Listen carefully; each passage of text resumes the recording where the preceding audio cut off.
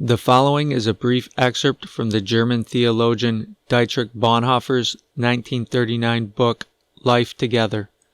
It is taken from the chapter titled The Day Alone, where the author seeks to individually treat and then reconcile the two necessary but seemingly contradictory notions reflected in the title of this video.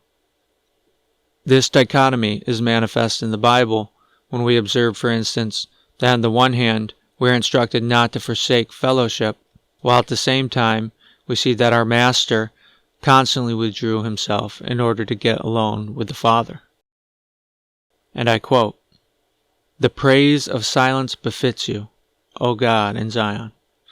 Psalm 65, verse 2. Bonhoeffer's translation. He then proceeds as follows. Many persons seek community because they are afraid of loneliness.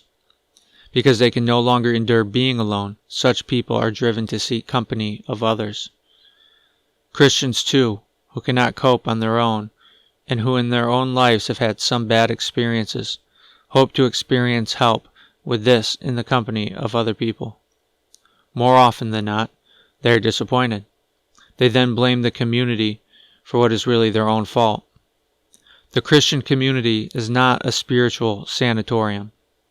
Those who take refuge in community while fleeing from themselves are misusing it to indulge in empty talk and distraction, no matter how spiritual this idle talk and distraction may appear.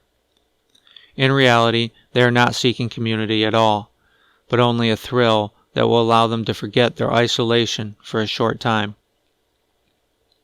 It is precisely such misuse of community that creates the deadly isolation of human beings.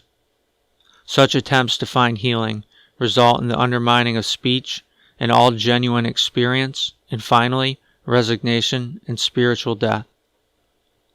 Whoever cannot be alone should beware of community. Such people will only do harm to themselves and to the community. Alone you stood before God when God called you. Alone, you had to obey God's voice. Alone, you had to take up your cross, struggle, and pray, and alone, you will die and give an account to God. You cannot avoid yourself, for it is precisely God who has singled you out. If you do not want to be alone, you are rejecting Christ's call to you, and you can have no part in the community of those who are called. Quote, "The confrontation with death and its demands comes to us all. No one can die for another. All must fight their own battle with death by themselves, alone. I will not be with you then, nor you with me." Martin Luther. Unquote. But the reverse is also true. Whoever cannot stand being in community should be aware of being alone. You are called into the community of faith. The call was not meant for you alone. You carry your cross, your struggle, and you pray in the community of faith, the community of those who are called. You are not alone, even when you die, and on the day of judgment, you will be only one member of the great community of faith of Jesus Christ.